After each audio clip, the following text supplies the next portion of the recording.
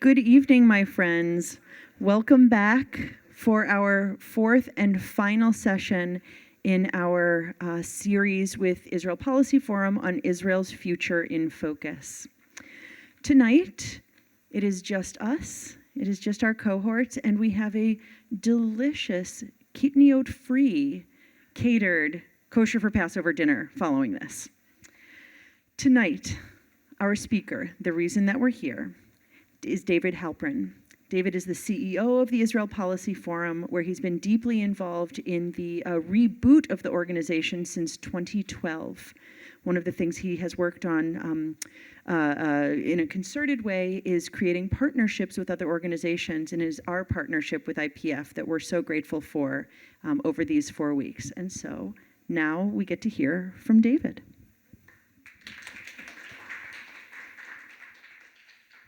Hi, everyone. I'm going to take off my coat. Okay.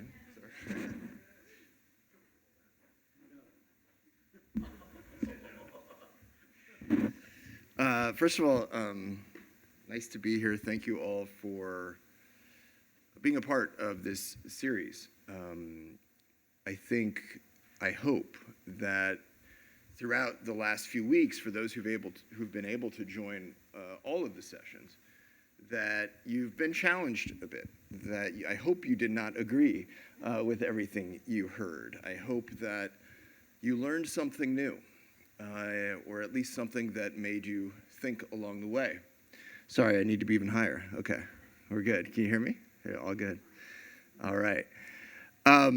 Today's session was framed as something like West Bank settlement movement, all of its challenges, also the future of the Israeli-Palestinian conflict, and you have 30 minutes, go.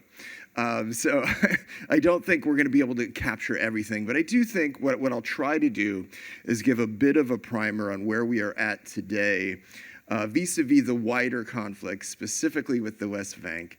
And then what I'll hope to do is just take your questions, as many questions as you may have, because it is truly impossible to cover everything in some brief opening remarks. But what I think we've tried to convey in this series, and what I think has always been true in the last few decades of the Israeli-Palestinian conflict, is that we are dealing with an incredibly complex Rubik's Cube of challenges.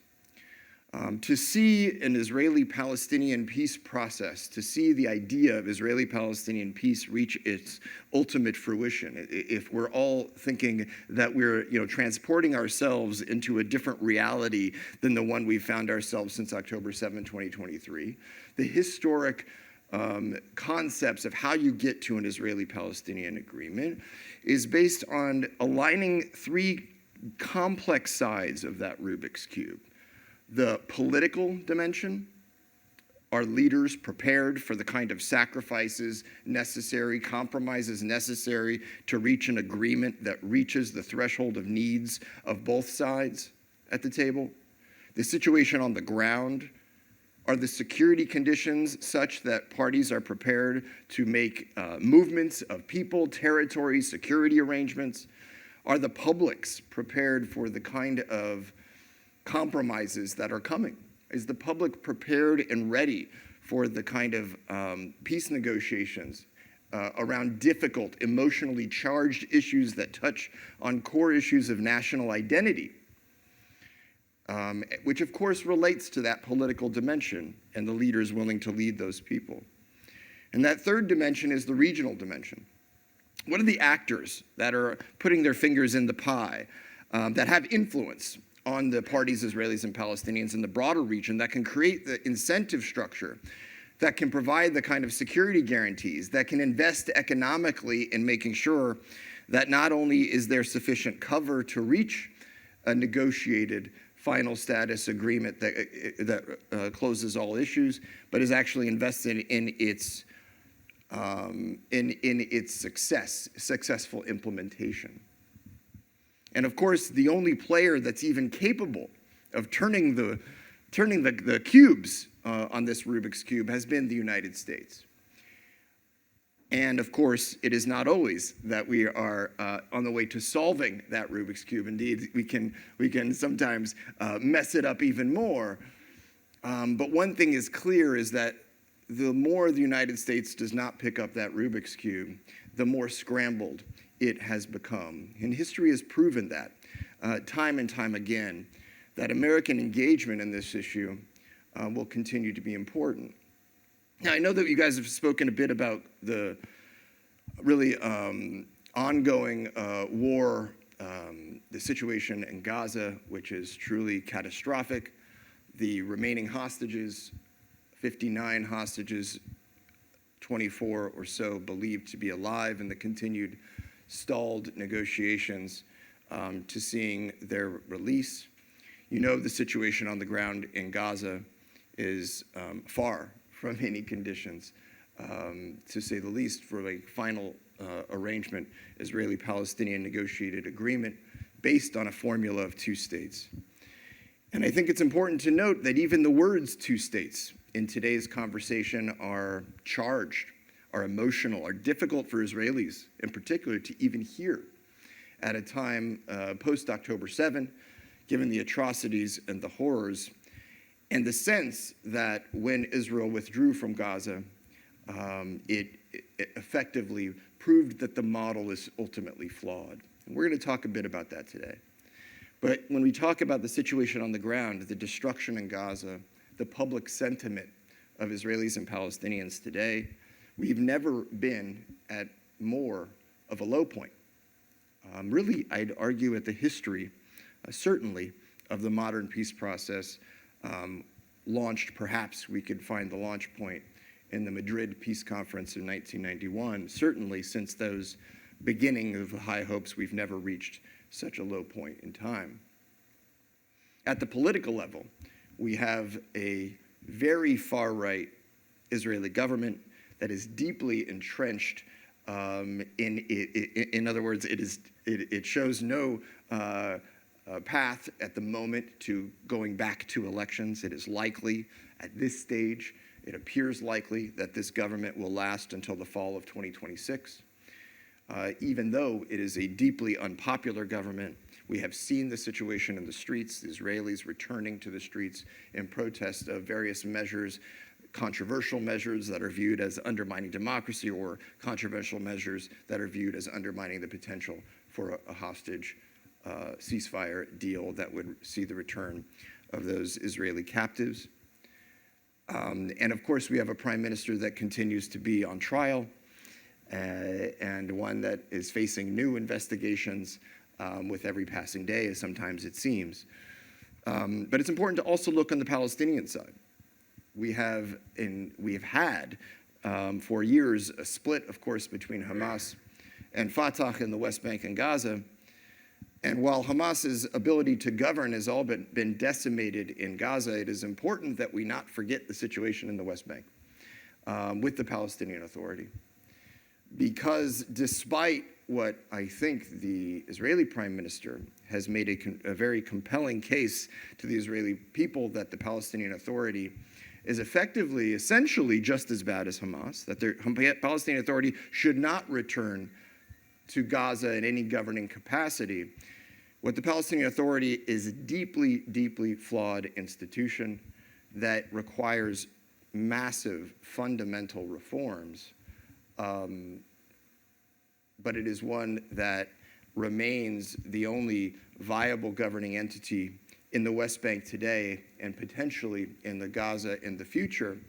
And in the West Bank, it's notable that over the last decade of multiple rounds of violence between Israel and Hamas, obviously the most horrific sparked on October 7 by Hamas's attack, we have not seen the long-awaited third intifada in the West Bank. In fact, we have seen ongoing security cooperation between Israel and the Palestinian Authority in the West Bank.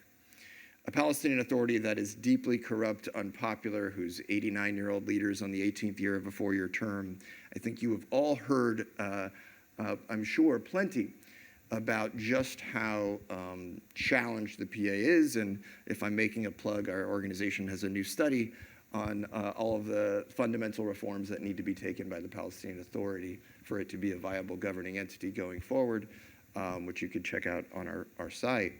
But that's just a word about the political level and the challenges that we face today. And lastly is the regional,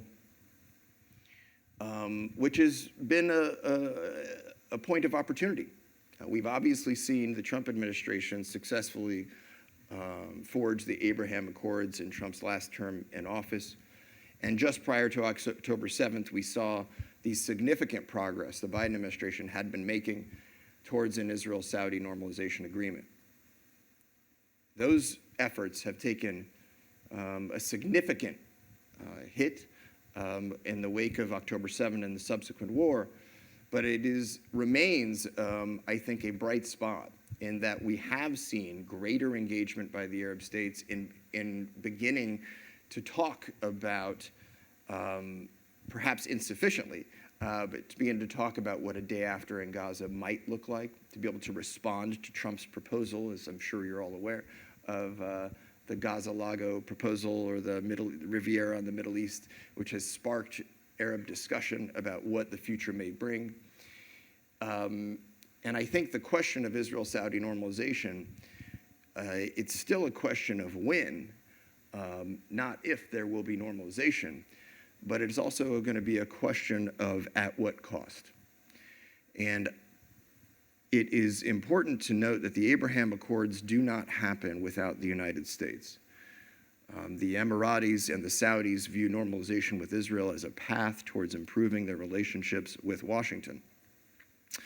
And that, I think, has been and is likely in some ways to continue to be true going forward. But it's important to note that after October 7, it is far more challenging for the Saudis to normalize with Israel so long as the war is ongoing, and so long as there is not some form of political horizon towards the idea of Palestinian statehood. Pre-October 7, the Biden administration was speaking with the Saudis, and I think what they needed was rhetoric only, an Israeli pledge to create a pathway to an eventual political horizon based on, they needed that kind of rhetoric from the Israelis in order to proceed. Today, they certainly need an end to the Gaza hostilities because as much as Saudi Arabia is not exactly a vibrant, pluralistic democracy, they too have domestic politics. And the Arab world has rediscovered the Palestinian cause since October 7. Now, perhaps a lot of this has already been covered, and I'm barely sprinkling what you've already heard in some previous sessions. And I'm mentioning the regional dynamic, and I haven't mentioned the words Iran or Qatar. And we could have entire sessions that just describe the role in which Iran is a key part of this player that, of course, invested in Hamas, Hezbollah, the Houthis in Yemen, and the like, and Qatar as well, the facilitated suitcases of cash from Qatar to Hamas, and Qatar's unique and bizarre nature as both ally and supporter of Hamas and facilitator of negotiations. There are so many complex arenas. But I think I just wanted to set that stage, but that is the Rubik's Cube that we're talking about. And even though it is so bleak, I want to just note that this administration, in some strange ways, is actually better positioned than the last, I would say, any administration for the last 35 years, 25 years, to actually press for some meaningful progress.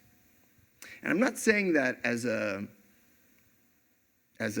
flag-bearing Trump supporter of any of the like. And I'm not sure that it will be lived up to. But I think we need to recognize the arena for what it is, which is that we have an administration that the Israelis listen to, that they are deeply concerned about being aligned with in a meaningful way. The leverage the United States has on this Israeli government is more so than any White House, I would argue, certainly for the last 3 decades. Second, it has the same leverage with the broader regional players. that it seeks, that is, it has an opportunity to utilize. And lastly, is it effectively an opportunity to start a completely new chapter in the Israeli-Palestinian arena. Hamas is on its way and has been decimated in Gaza. There's an opportunity. There is a genuine opportunity to rally regional players toward an alternative vision for Gaza that is not endless, open-ended Israeli military occupation of millions of Palestinians in Gaza in perpetuity. There's an opportunity, if the administration wants to engage in mobilizing the region towards such a position, I think there is an opportunity to pursue that goal. There's an opportunity, I would argue, to end the war and see hostages returned if this administration wants to engage in a deep way. And I think there's an opportunity to completely revamp Palestinian governance, as we are on the precipice of a new chapter for Palestinian governance as well, with the aging Abbas losing any sort of legitimacy. There is an opportunity to set the benchmark for a new chapter that recognizes that the solution is not going to come overnight. I don't think there's anybody that thinks that we're one White House ceremony away from Israeli-Palestinian peace, right? I mean, I think we all get that at this point, that there is going to be a long and challenging process forward. But with Iran's proxies decimated on Israel's borders, with a new regime in Syria, with the potential for a new Palestinian Authority, and with the potential for regional normalization to help invest in the reconstruction and recovery of Gaza, there's actually a critically central role for the United States here to play that could be positive. And it could also be incredibly negative. It could also go through door number 2 and have us going down a path that I think will only entrench the ongoing conflict that we have seen that has gone so wild over the last year and a half. So that's some opening. I wanted to touch a bit on the West Bank because I was asked to. So I'll ask this clicker. I don't know if I have the clicker, if I left the clicker over there. Oh, there's a clicker down here. So here we go. Let's do the clicker. I want to talk about the West Bank for just a moment. The West Bank, if we had the full map, I hope you all are somewhat familiar with Israel's map. We have Jerusalem here in the middle, just for context. And this is the area we're just talking about the West Bank now, of course, captured in 1967. And I see in the way we're talking about Gaza today, a little bit of rhyming of the past, which I think is interesting and notable for us. And that is, after 1967, a government minister in the Labor government at that time came forward with an idea, a proposal, which was now known as the Alon Plan, after the minister Yigal Allon. And the idea was that Israel would annex the Jordan Valley, this area here, and the Greater Triangle of Jerusalem. The Greater Triangle of Jerusalem today essentially is from Modi'in Elite, one of the largest settlements. This is about here. Ultra-Orthodox community, some 90,000 people are living there. To Ma'ale Adumim, the third largest settlement in the West Bank, that is about 40,000, I believe, today. And to Beitar Elite, another ultra-Orthodox community that is some 70 to 80,000 people. Ultra-Orthodox, lots of kids. This is the Greater Triangle of Jerusalem. This was part of the Alon Plan, and you could imagine that triangle. And the idea of both this Jordan Valley and the Greater Triangle was to create a buffer zone. Right? We've heard that word now in the news again when it comes to Gaza. Right? Let's create a buffer zone between Israel and Jordan being a hostile country that had invaded, right, as part of, been at war with Israel as part of the 1967 Six-Day War. And let's create a buffer zone around the capital city. Surround the capital city so that if there was any effort to approach it from all sides, there would be a territorial buffer zone. Okay, this was the initial first step. And what do we see today as core to Israel's strategy, whether it's in Lebanon or in Syria or now in Gaza, is creating what has been described as a new doctrine, which is to create buffer zones. Okay? First along Gaza's perimeter, and now we're seeing more so essentially the southern portion of Gaza, the city of Rafah, and what's called the Netzarim corridor through the middle of Gaza. Today, Israel is controlling about 30% of Gaza, the territory of 30% of Gaza.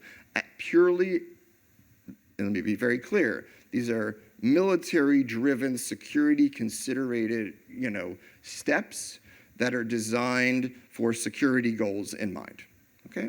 And this was the initial theory after 67, was that Israel would maintain this area because of security concerns, but the rest of the territory, where most of the population centers were of Palestinian Arabs that were living in the West Bank or Judea and Samaria, in the two areas, in the biblical, parlance.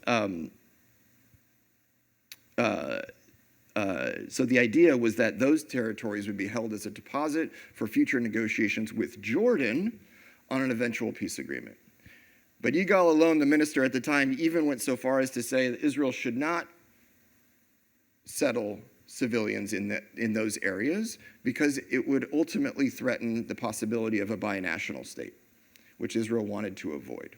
Again, this is the Labor government, post-1967. 10 years later, Ariel Sharon comes into power as a minister in Menachem Begin's government in this surprise election of Likud, ending the labor rule since the founding of the state, with a new idea of security in the West Bank that also I can see some rhyming with what's happening today in Gaza. And Sharon's idea was, I will accept we absolutely need the Jordan Valley and the Jerusalem corridor, the triangle that we described earlier, but we also need to create corridors that will connect the Jordan Valley to Israel proper, which would be here if we had a full map, and also the area close to the Green Line, particularly in the area of the Tel Aviv municipality near the airport, okay? And the theory was that if you have these corridors that were part of the Sharon plan, it would not only connect the Jordan Valley with Israel proper, but it would serve two purposes. It would enable Israel to maintain the high road. This is the highest elevation point in the West Bank, is right in the middle of the West Bank, that Israel would maintain the highest position on the mountaintop, and it would control Route 60, this road that connects all of the major population centers from Nablus to Bethlehem, okay? And the idea here was that if there was a security measure at any point in time, Israel could shut off populations from being able to go from one place to another. They'd be able to essentially close the road. And this is somewhat similar to what we're seeing in Gaza now with the Netzarim corridor splitting Gaza in half, right? The idea is to bifurcate the north from the south and to be able to control the movement of populations that may be considered hostile. And certainly in the case of a full-fledged war in Gaza, there is hostile, that's no question about it. But doing this move, by the way, doing each of these moves also served the national religious fervor of the settler movement, driven by messianic views of returning to Eretz Israel, biblical Israel, which is undoubtedly the lands of the West Bank. And so, whereas the labor government policies were driven by security, we now have security considerations by Sharon that help to serve the increase of settlement deep in the heart of the West Bank. This is from the 1970s into early 80s, where we begin to see settlements populated in the heart of the West Bank, and particularly those here in the Green Line. It's important to note, and I apologize for being long, but I want to just finish this story for a second. Not all settlers are national religious zealots. I mentioned before the largest settlements are ultra-Orthodox communities, right? Seeking quality housing, cheap housing for very, very large families that grow not because so many people are moving to the West Bank, but the overall number of settlers often you see it growing because those ultra-Orthodox communities are having so many kids, right? You have cost of living settlers, folks who are secular, who simply want a more affordable place to live. Israel is ridiculously expensive, if you're not aware. It's almost impossible these days. And particularly you see those in the area near Tel Aviv, the greater Tel Aviv area, where people can essentially live very close to the border of between the West Bank and Israel proper, and effectively commute in to work in Tel Aviv, see their families in Israel and the like. So you have cost of living settlers. You have the national religious settlers that you described. Think of those that want to live in the heart of the West Bank and are driven by this sort of biblical motivation. You even have a small group of an aging population these days in the Jordan Valley who were actually labor Zionists, who moved there at the encouragement of the labor government in the late 1960s to build the early kibbutzim. And even today, there have been communities that they're by far the oldest, they're older, oftentimes their kids live in Israel proper, and surveys have showed if there was ever a proposal, legislation to compensate people for moving back to Israel proper, they would be the first to say yes. And they are very small communities in the Jordan Valley, okay? So that's sort of a quick summary.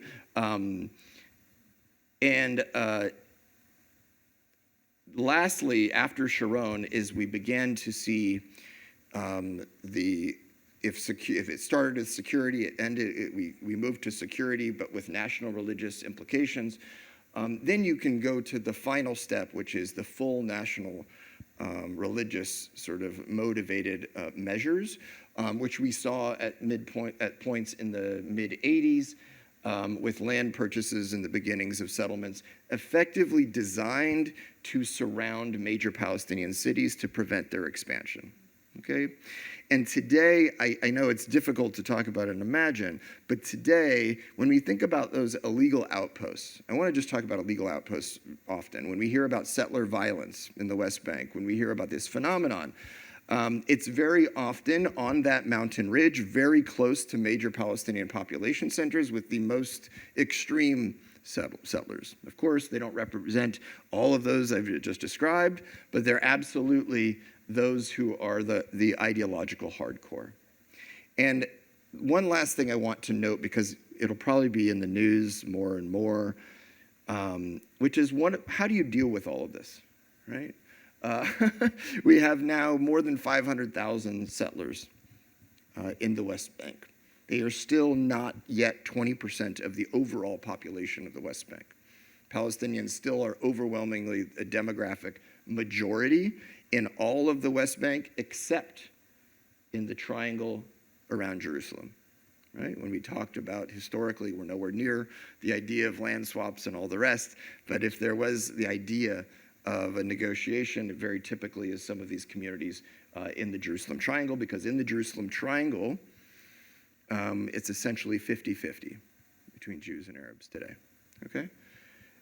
But there's an issue about transportation, which I just want to make a note, that continues this idea of security motivation that serves national religious interests at the same time. And I'm not saying this because there is not a security rationale. There is, right? And I'll show what I mean. This is very small, I apologize. But there is a road here, Route 60, the main road. And you'll see that Nablus is here, and the road does not go to Nablus, right? It's because what we are seeing is the Israeli map. Okay, there is a Palestinian map that takes the Route 60 as you see it, and it goes, the original Route 60, goes to Nablus, this way through Ramallah, to East Jerusalem, to Bethlehem, and ends in Hebron. You'll see that the road never actually goes to Bethlehem or Hebron directly on this map, if you'll notice that. And that's because after the signing of the Oslo Accords in 1993 and the designation of the West Bank into 3 areas, Area A, B, and C, I won't go into the detail at the moment, but as part of that process, of the Oslo process, the Israelis built bypass roads. Now, the idea was a security rationale that makes a lot of sense. It's you do not want Israeli cars driving through major Palestinian cities where they could be attacked, right, by hostile. It's a legitimate concern. And so Israeli motorists going straight through Nablus, going straight through Hebron, can't be protected by Israel. Those cities were being turned over to the Palestinian Authority. How do you protect those motorists? And so a bypass road is created for motorists that will go around Nablus, okay?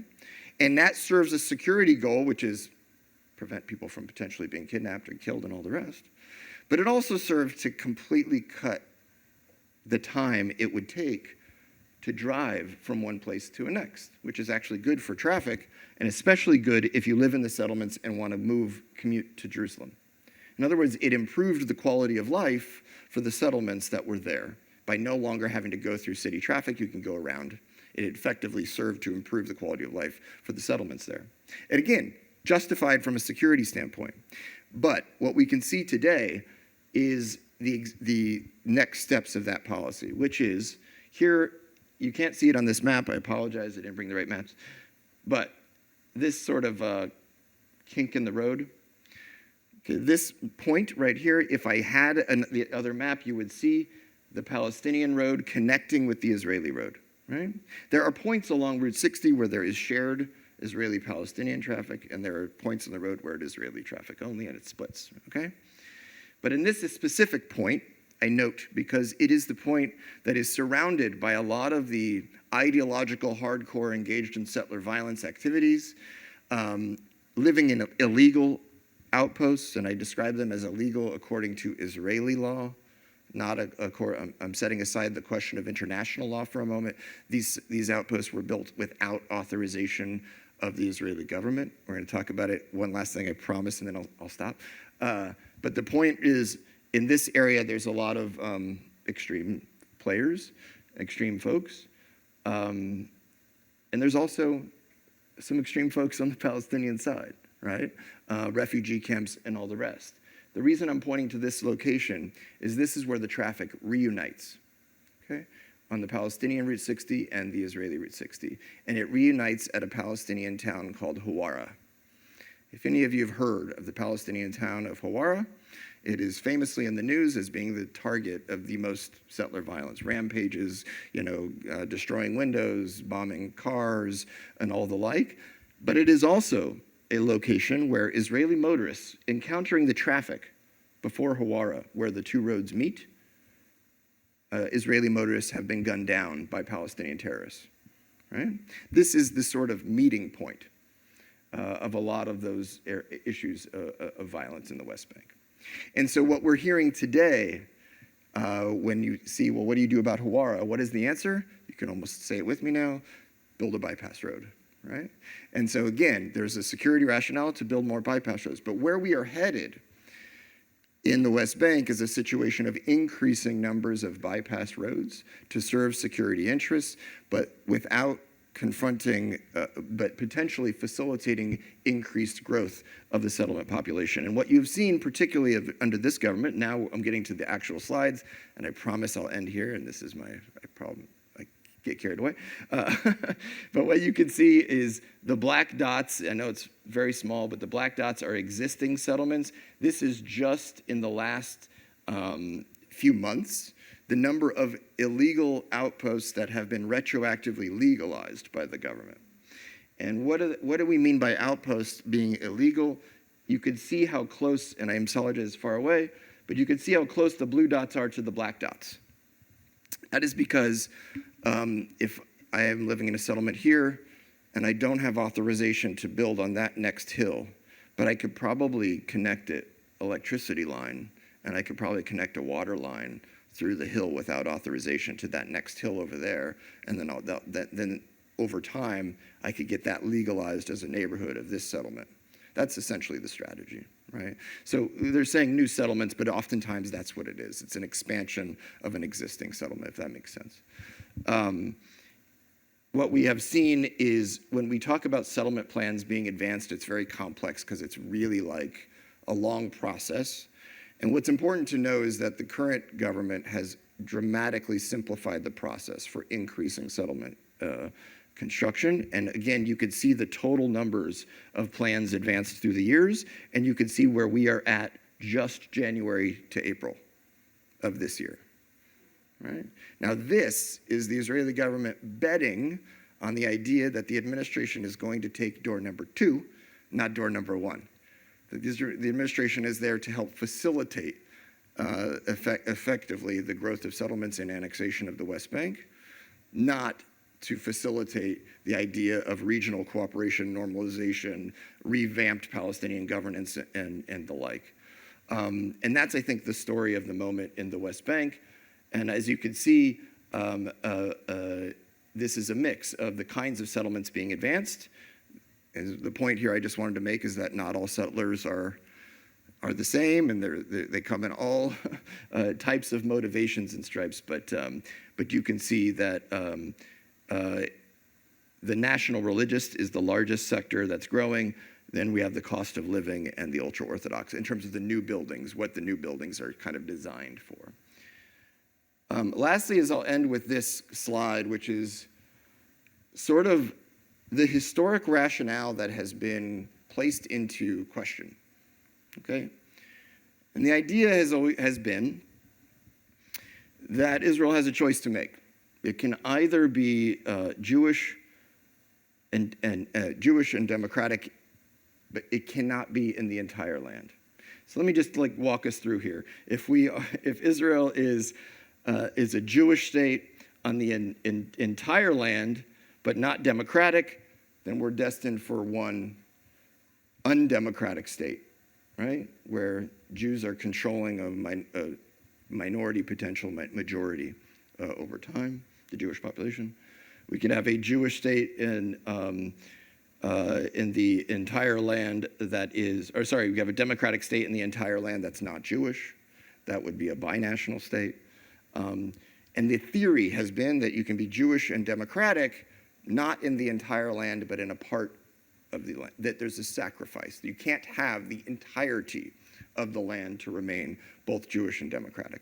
And I think today we are stuck in a mindset of a push and pull within this status quo, right? Because there is no desire, I think, on the part of Israelis or Palestinians to live in a single kumbaya binational state, that is somehow a version of America in our wildest dreams, take these, unbelievable tensions and thinking, it'll all just work fine and we'll live in peace and harmony. I don't think there's many Israelis who will sign up for that today. I don't think there's many Palestinians who will sign up for that today.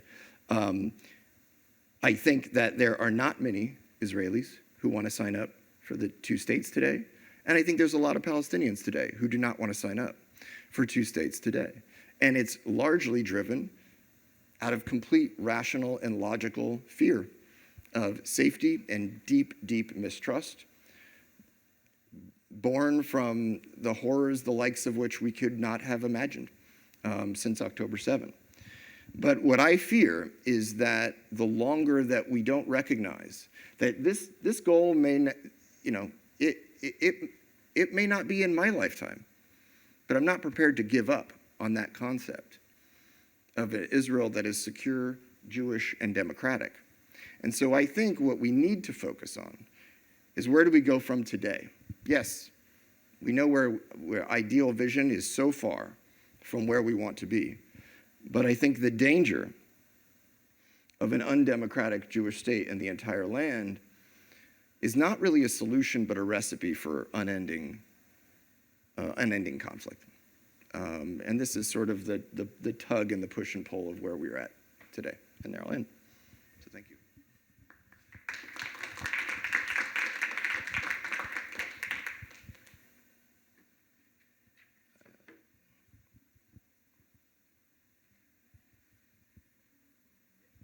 And now we will take your questions. So we have Andrew coming to, why don't you start? Hi. So I came into this course thinking that, at least from the Palestinian side, I guess, that the reason that there was no peace was because of things like the right to return that they were insistent upon, and that Israel would never agree to that. And I'm sort of curious. I've learned a ton during this 4-part series, but things like that have not been brought up at all, and I'm curious why they're not part of the discussion at this point. Yeah, the right of return is one of the core final status issues that would have to be resolved. We could also do a deep dive on Jerusalem and the holy sites, which are also major obstacles to getting a deal. If I've given you any illusion that it's going to be an easy, no, joking. I know that's not the case.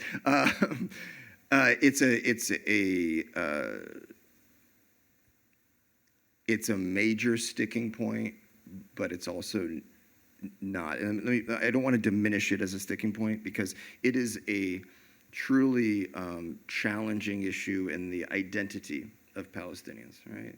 To not recognize the right of return is in many ways to invalidate the origin story of Palestinian national identity, right? It is at the core. It is one of the most difficult things.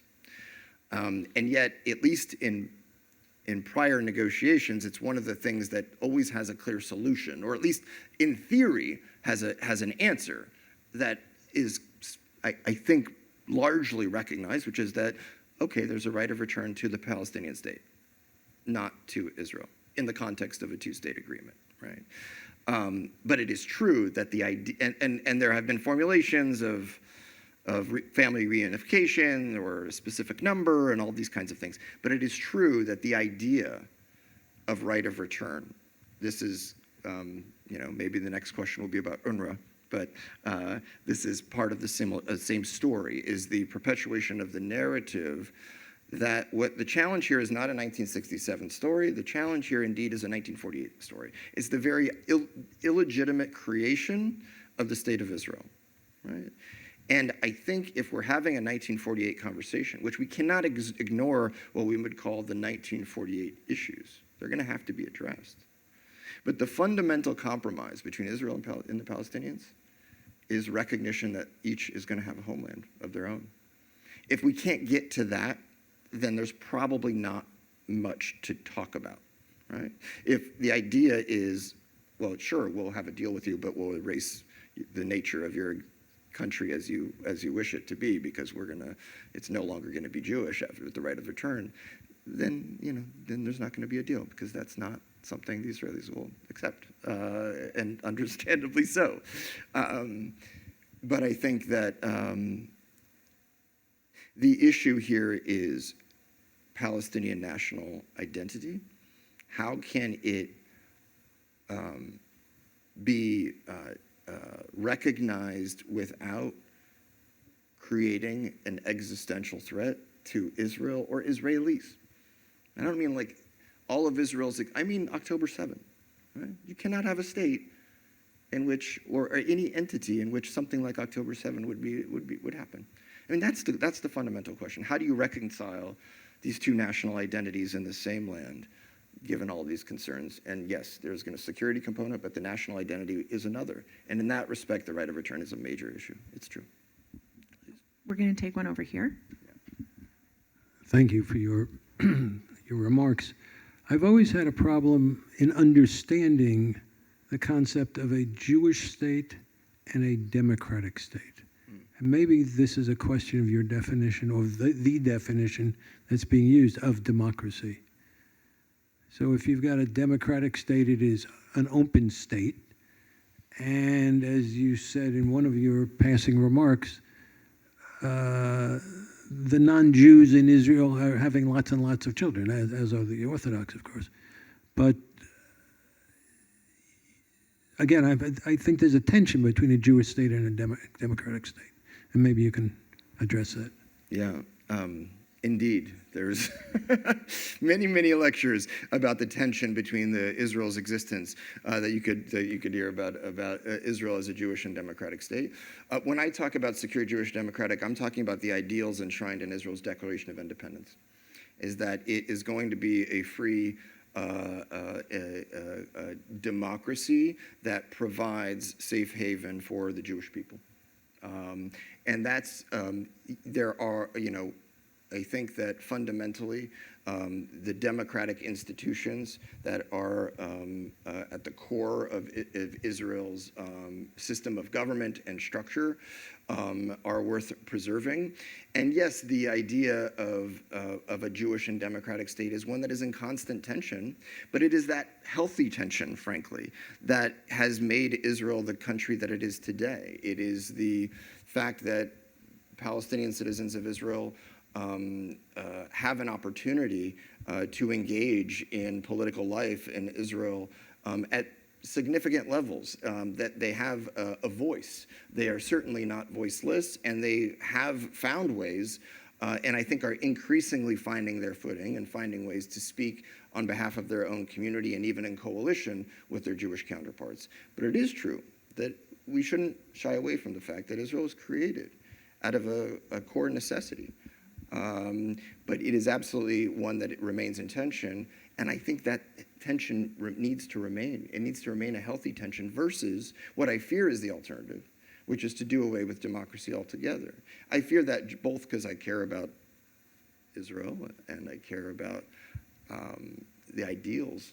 I also care about the U.S.-Israel relationship, and I think at the core bedrock of the U.S.-Israel relationship is the notion not only of shared interests but shared values. And that piece is what I think over time, there's already concerns that's dissipating, and I think that erosion places that relationship in further question.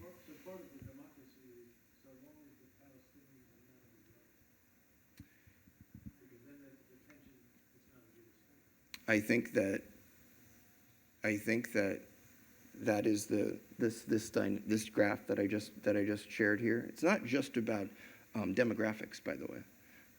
Today, maybe it's roughly 50-50, but maybe today, let's say there's less. Let's say it's 40% Palestinian, 45. I don't know. But today, if the Palestinians said, we no longer have a national identity, we just want an Israeli ID card, I think it's an existential threat to the idea of a Jewish state, right? This goes to the idea of, do they actually want a binational state? And I think the reason they haven't gone that is because they too have a national identity, and they too realize the impossibility of such a state existing in any way that anybody would want to live there. We hang on, we're taking a question from the other side. Oh, sorry.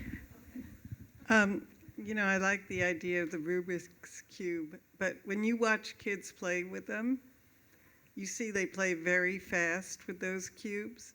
So we quickly got X amount of hostages out, quick. When you're playing with a Rubik's Cube, you don't slow down to I'm just sitting here looking at it like it's a diagram.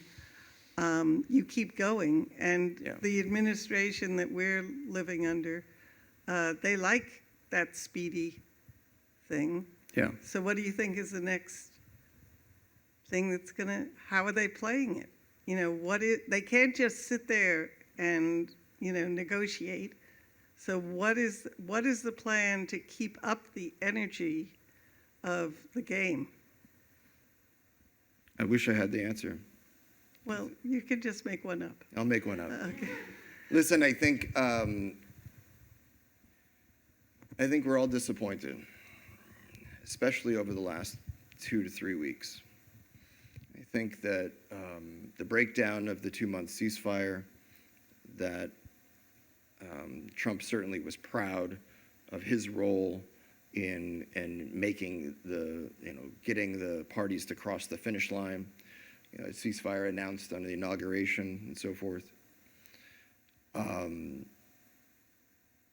I think that so much now is really depends on how much the United States is prepared to go with the current strategy of the Israeli government, which I think is still designed or is still under the theory that military pressure will improve their negotiating position. I think evidence has shown that that hasn't been the case, and that it has often put hostages at risk. We've heard that from hostages themselves. But we have a fundamental problem, which is if Hamas wants an end to the war, the Israelis are not prepared to go to an end to war. I think most Israelis want hostages to be prioritized, even at the cost of ending the war, but not at the cost of not resuming the war once they're home. And I think that goes back to the question, what's the plan? What's the plan for Gaza? And this is where the door number one, door number two strategy of this administration matters a lot. Because I don't think there's going to be a Gaza Lago, Riviera in the Middle East, American-owned, and all this kinds of things. I don't think any of that's true. I don't think anybody really thinks that's true. But it's certainly being utilized in the Israeli political discourse. Because what it does is it removes this from even being an equation. This no longer applies at all. This little graph I just put on the screen no longer is of concern. You just solved the problem. How could I not say that's amazing, right? This monumental, colossal challenge has just been lifted from Israel's responsibility overnight by the words of the President of the United States, the most powerful person in the world. And so it has had a powerful effect on the psyche of Israelis in imagining what's possible and helped to fuel a lot of extreme thinking. But ultimately, in my view, there is something that happened a couple days ago that I think is both, it's very under the radar, but I think it's like a really sad part of the story. And that is the European Union agreed to resume funding and increase funding for the Palestinian Authority for multiple years going forward, with the idea of, as I understand it, a pledge for Palestinian Authority reform. Okay? Pledges are nice. And I like to think of an alternative universe in which Israel responded for October 7 saying, yes, we are prepared for Palestinians to govern, but here's our demands. We need this from the PA, we need this from the PA, we need this, we need this, and we need this. And when these conditions are met and we're prepared to work with the global community to make sure they're met, then we could talk. And I wonder what would have happened. Could Israel have actually marshaled the kind of coalition to get all the things that we've always wanted from the PA, right? Education system, pay for slay, you name it. These should be the demands on the table. And instead, we're having a conversation about no PA, no Hamas. No Hamas, no Abbas is the frame. And I fear that the likely end to this is not Gaza Lago, it is an ongoing Israeli military control of a, deeply scarred population with a terrorist insurgency in the midst for an unknown amount of time, and the eventual establishment of settlements in Gaza as well. I don't see how, unless this administration will actually come up with an alternative vision, right? That's where we're currently heading. And that's where this door number one, door number two for this administration matters a great deal. Earlier today, I got a video sent to me by Jared Kushner speaking on October 25th, 2023, 2 weeks after.